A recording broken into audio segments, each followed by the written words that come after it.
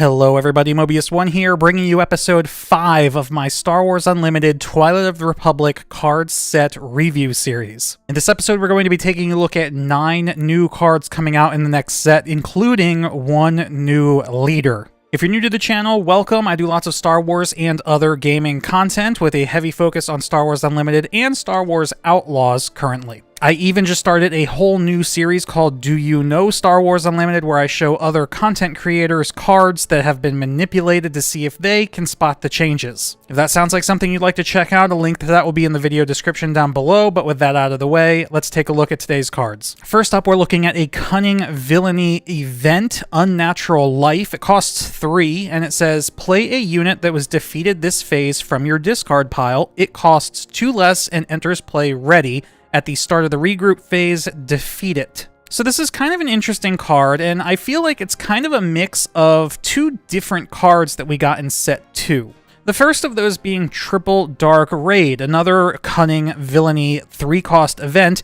However, this one, instead of searching your discard pile, you search the top 7 cards of your deck for a vehicle specifically, but Triple Dark Raid discounts that vehicle by 5, which is more than Triple Dark Raid itself costs, whereas Unnatural Life, you're paying 3 up front and only discarding the card you choose by 2, so you're ultimately paying a tax on whatever you choose. Another key difference between the two is at the end of the phase, with Triple Dark Raid, the card you choose, it gets bounced back into your hand, whereas Unnatural Life, you have to defeat it again. The other card it reminds me of is Palpatine's Return, which was a 6-cost event that does allow you to play a unit from your discard pile, discounting it by 6, and if it's Force, by 8. And even though Palpatine's Return is twice the cost of Unnatural Life, again, the discount you're getting is at the very least equal to the cost of Palpatine's Return, so you're not going to have to pay more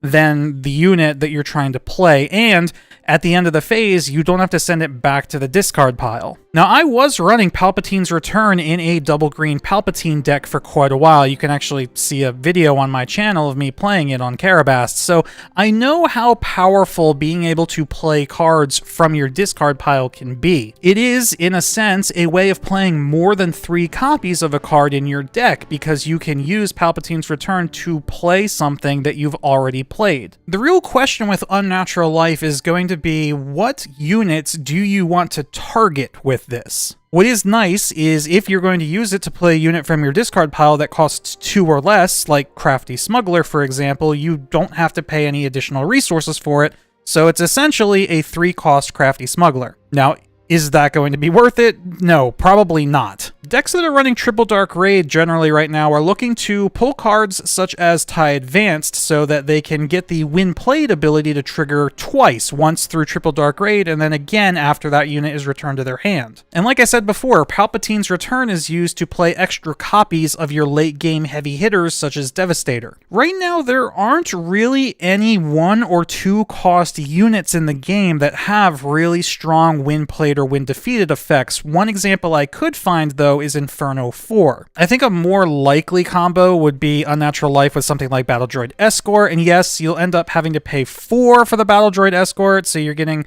2 1/1s that are ready, and then whether you trade the Battle Droid Escort off or when it dies at the end of the phase, it will be replaced by another 1/1. Even that doesn't sound worth running Unnatural Life, so I'm really not sure what to think about this card. I mean, I guess another thing you could do with it is use it to pull a Fett's Fire Spray from your discard pile, and you will end up paying a total of 7 for it, but if you only need 5 more damage to win the game, that could be a way to close the game out. If in the future we see like a 1, 2, or 3 cost unit with a strong When Played, When Defeated, or When Played and When Defeated proc, then maybe Unnatural Life will be a good way to get extra triggers off of that, but as it stands right now, I'm not a huge fan of this card. Next up, we have another event. This one is Cunning Heroism, 5-cost Aid from the Innocent, and I apologize for the low quality image here. This card hasn't officially been spoiled yet, but it's been posted all over the SWU Discords, so might as well talk about it. It reads, search the top 10 cards of your deck for 2 Heroism non-unit cards and discard them. And then for this phase, you may play the discarded cards. They each cost 2 less. Unnatural Life that we just talked about, you pay 3 and you get to play something, but it's discounted by 2. Aid from the Innocent, you kinda get to play 2 cards, but you're paying 5 and they're each discounted by 2, so you're only discounting them for a total of 4. A big difference between Aid from the Innocent and Unnatural Life, however, is that at least with Unnatural Life, you know before you play the card what your end result is going to be. You know what unit you're going to be playing from your discard pile. Since Aid from the Innocent is searching the top 10 cards of your deck, there's a chance you could just whiff. You could pay 5 resources for Aid from the Innocent and not find any Heroism non-unit cards, and then you're just gonna feel really bad. And currently, there aren't a whole lot of 1 to 2 cost Heroism non-unit cards that you would want to play with this. I mean, maybe Spark of Rebellion? And yes, I understand you could use this to play cards that cost more than 2 resources, but you're paying 5 up front to discount whatever you play by 2. So in a way, you're paying 3 extra resources for whatever that one card happens to be, and I can't think of many cards in the game that still are worth playing when you increase their cost by 3. I guess if you're playing like Yellow Sabine and you only need a couple more damage to win the game, you could use this to dig for a cause I believe in and play that for a total of 6 resources to win, but other than that very specific scenario, I just don't think Aid from the Innocent is going to be worth it. All right, let's change gears a little bit and talk about Manufactured Soldiers, another 3-cost event, but this time double command aspect, and it reads, choose 1, create 2 Clone Trooper tokens, or create 3 Battle Droid tokens. So as we mentioned in the past, Clone Trooper tokens are 2/2 Republic Clone and Trooper units, and Battle Droid tokens are 1/1 Separatist Droid and Trooper units. So right off the bat, I don't think Manufactured Soldiers is going to be worth running in any deck that is not double green. Having to pay 5 resources to either give yourself 2 2/2s or 3 1/1s is not very good at all. But if you are playing double green, I think paying 3 resources for 2 2/2 units or 3 1/1 units might actually be worth it, especially if you're running other cards that have token synergies, such as Shock T, giving each friendly token +1/+0. And as I mentioned when we reviewed Shock T in a previous episode, her text reads each friendly token unit and doesn't specify what that token is. So you could generate 3 1/1 battle droids, and instead of them being 1/1s, they'll be 2/1s. Paying 3 for 3 2/1s is quite strong. Manufactured Soldiers can also combo with the other new keywords coming in Twilight of the Republic, such as Coordinate. Maybe turn 1 you play Echo, Valiant Arc Trooper, who's a 2/2, but then on turn 2 you play Manufactured Soldiers and create more units on the board, and now Echo is suddenly a 4/4. Conversely, if you're playing Villainy, it also combos well with Exploit. You could play Manufactured Soldiers, give yourself 3 1/1 battle droids, and then on the next turn, or maybe even the same turn, you can sacrifice those 3 battle droids to play a large exploit unit, such as Separatist Super Tank. Yeah, there really isn't a whole lot more to say about Manufactured Soldiers. I think this is just a solid, strong card specifically for double green decks. Outside of that, though, I don't see it fitting in anywhere. All right, next up, we have a new leader to talk about. We have Maul. He is an aggression villainy leader. With the action, exhaust him to attack with a unit. It gains Overwhelm for this attack. Then on 6 resources, you can deploy him to make him a 6/6 body with the Force and Underworld traits, Overwhelm, and each other friendly unit gains Overwhelm. So first, just looking at his leader side, there are already a couple of leaders in the game that have action abilities that allow you to exhaust the leader and attack with that unit, giving that unit some sort of buff. For example, Moff Gideon, you can exhaust him, attack with a unit that costs 3 or less. If it's attacking a unit, it gets +1/+0. And IG-88, you can exhaust him to attack with a unit. If you control more units than the defending player, the attacker gets +1/+0 again. And as you may have noticed, each of those leaders has some sort of restriction on either when you can use the ability or what targets it can be used on. Maul is pretty awesome because he has no such restriction. You can use this ability on any unit at any time. And Overwhelm is a pretty relevant keyword in Star Wars Unlimited, especially if you're playing an aggressive red deck. And the fact that once he's deployed, he just kind of passively gives all of your friendly units Overwhelm is ridiculous. Now, I don't really expect a red-green exploit deck to be a thing, but Maybe it will be, and if it is, using Maul to give a Separatist super tank overwhelm is going to be crazy. And looking at the traits, we do already have a red-black Force leader who deploys on 6 resources with Grand Inquisitor. And Grand Inquisitor even has an ability that also seems to push a more aggressive deck archetype with his on attack, dealing 1 damage to a friendly unit with 3 or less power to ready it so that they can attack again. But Maul is simply statted more aggressively, and his ability is just passive. He doesn't have to attack. If you have other units in play, you can attack with them first and still benefit from his ability. And as we mentioned, every time we get a new Force unit, the fact that he has the Force trait means that he unlocks additional abilities on other cards, such as Force Throw, meaning that you're just going to have a lot more options with him in play. And sure, let's mention the obvious. Throw a Fallen Lightsaber on this guy. He's a 9/9 overwhelm. I mean, GG. And since we talked about Maul, let's talk about his brother, Savage Opress. Savage is a 7-cost aggression villainy unit, 7/7. When played, if you control fewer units, including this one, than an opponent, ready this unit. And I emphasize the an opponent there, just in case you're playing Twin Suns. You only need to control fewer units than one other opponent, which is pretty crazy. Savage also has the Force, Knight, and Underworld traits, so it's interesting that we see a card with the Knight trait, meaning potential Knight sister, Knight brother synergies in the future?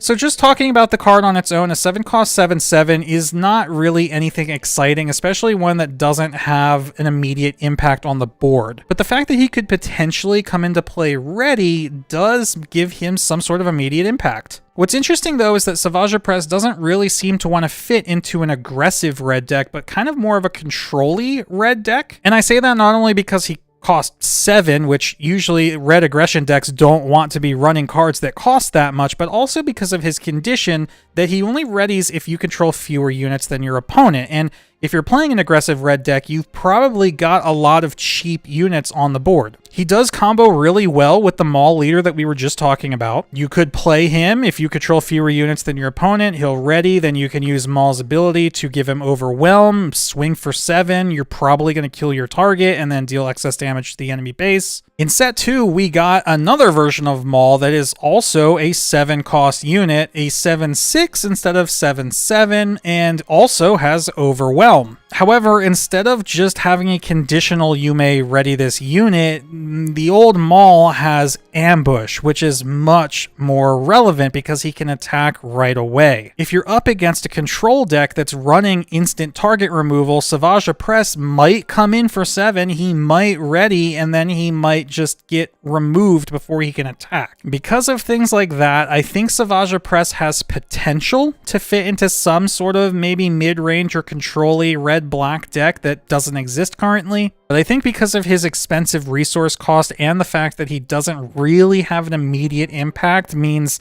he's probably not going to make the final cut. The next card we have is B1 Attack Platform, also known as a STAP, Single Trooper Aerial Platform. I'm not sure why they didn't go with that name, but anyway, it is a 3-cost aggression villainy ground unit, a 5/2 with the Separatist Droid and Trooper traits and no text. It's just a vanilla unit. Is 3 for a vanilla 5/2 going to be worth it if you're playing a red-black aggressive deck?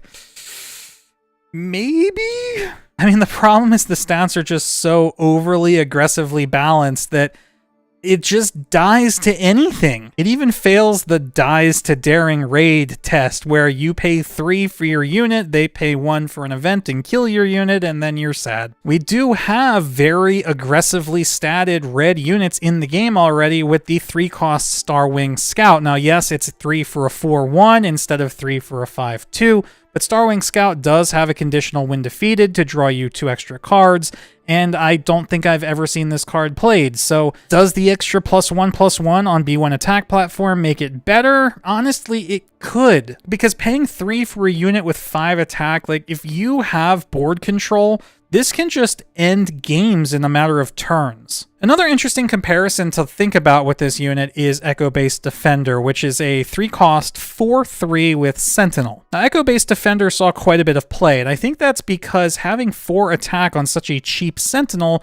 means that it's probably gonna die when your opponent attacks into it, but it also dishes out enough damage back that it will probably kill whatever defeats it. If you're running B1 attack platform in a general Grievous deck, you can use Grievous's action to give it Sentinel, making it a 3-cost 5/2 Sentinel, which will also most likely defeat whatever attacks it. So, I don't know. I mean, I don't think the card is great by any stretch of the imagination, but I hesitate to write it off as garbage. I think what I'm trying to say is I don't love the card, but I would not be surprised if it finds a home in some deck somewhere. And we've got one more red-black card to look at in this video. It is the 3-cost Space Unit Confederate Tri-Fighter. It is a 3/3 with the text "Bases can't be healed," and that includes your own. Now, 3 for a 3/3 in space isn't great. We already have Kylo's TIE Silencer, which is also red-black, and that's a 2 for a 3/2 in space. That being said, Kylo's TIE Silencer is a legendary, and Confederate Tri-Fighter is only uncommon, so you'll see a lot more of it in draft. But even then, in set 2, we had Punishing One, which is also 3, red, black, and a 3/4 in space with the ability to ready itself up when an upgraded enemy unit is defeated. So how relevant is the ability to prevent bases from being healed? I think ultimately it's going to depend on the matchup. For instance, if you're going up against Leader Rey, the Restore 3 on Rey's ability is a really powerful effect that this card just shuts down completely. Against other deck archetypes, though, I just don't know if that ability is really all that relevant, so Confederate Tri-Fighter boils down to just kind of being a vanilla 3-cost 3/3, but it also has the Separatist and Droid traits, which we know are relevant this set, so I think if red-black decks are looking for a cheap space unit to include, this one might fit the bill. All right, let's move over to blue and look at a legendary event that's coming, the Invasion of Christophsis. 15 cost, exploit 4, choose an opponent, defeat each unit that player controls. Now, exploit 4 means you can sacrifice 4 of your own units to discount this card by 2 resources per unit. So if you have 4 units you're willing to give up, you can look at this as a 7-cost choose an opponent, defeat each unit that player controls. That sounds an awful lot like an 8-cost Super Laser Blast, which is just defeat all units. And yes, the Invasion of Christophsis doesn't defeat all of your units, but if you're going to be giving up 4 units to make this cost 7, or I guess you could only give up 3 to make it cost 9. How many units are you really going to have left in play? What is worth noting, though, is Invasion of Christophsis is only blue, not blue-black. So again, another example of blue decks in general on both sides, both heroism and villainy, getting access to more removal effects. We haven't seen any blue cards that generate tokens yet, so if you're hoping to spawn a board full of clone troopers or battle droids and then use those to reduce the Invasion of Christophsis cost with the exploit 4, you're going to have to combo that up with another color. And because it requires you to have units in play to sacrifice in order to discount it, I'm kind of torn between thinking like it's good that we're getting more removal that can fit into more different colored decks, but at the same time, it seems like it's just a Super Laser Blast with more steps, and because of that, I don't know how much play it's going to see. And the last card we're going to be looking at in this video is Ki-adi-mundi, another blue legendary, 5-cost, 5/7. Coordinate: when an opponent plays their second card each phase, you may draw 2 cards. Kind of interesting, too, that we have here a unit with the Jedi trait that is not a heroism unit, so you could actually run Ki-adi-mundi in a villainy deck if you wish. His ability, while super interesting, I imagine is also going to probably lead to a lot of confusion over the table. First of all, it's a coordinate ability, which means you must have 3 units in play, including him, so Ki-adi-mundi along with at least 2 other units. And then the effect only triggers when your opponent plays their second card each phase, which means if your opponent has initiative and they play a card and then you play Ki-adi-mundi, they only need to play 1 more card to trigger him, assuming you have, coordinate enabled, because that will be their second card that phase. It's not the second card they play while Ki-adi-mundi's in play, it's literally the second card in the phase. A lot of you TCG experts are probably like, yeah, well, no duh, Mobius, reading the card explains the card, but I just have a feeling that less experienced TCG players will probably mistake this a couple times. Now, just talking about the stat line, 5 for a 5/7 is pretty good. I mean, Poe Dameron, 5 for a 6/6. It's the same number of stats. You're getting 12. They're just kind of redistributed a little bit differently. And he's even tougher than Ray from set 2, who was a 5-cost 4/7 instead of 5/7. Now, earlier in the set, we did actually already see a 5-cost with 12 points worth of stats coordinate unit with Anakin Skywalker. His ability on attack, draw a card. Now, the fact that Ki-adi-mundi draws 2 cards instead of just the one that Anakin draws does make him seem stronger, but again, your opponent can dictate how often that ability triggers, since it's up to them to play 2 cards first. To be honest, when I first saw Ki-adi-mundi, he didn't really impress me. The fact that his ability is only active when you've got 3 or more units in play, and that your opponent can kind of play around his ability entirely by only playing 1 card each phase, I kind of thought he wasn't really that good. But when you realize that forcing your opponent to only play 1 card per phase can severely limit their options, suddenly Ki-adi-mundi starts looking a lot better. If you're up against an aggressive deck whose game plan is to just play a bunch of cheap units and flood the board to overwhelm you, then Ki-adi-mundi pretty much shuts down their whole game plan unless they don't mind you drawing 2 cards every round. And his 7 HP means if you're going up against a blue control deck, then he's out of range for cards like Takedown. But his 5 power does put him into range of Fell the Dragon, so yeah, but that's one less Fell the Dragon they have to use on one of your later, bigger threats, potentially. And you knew I was going to mention it.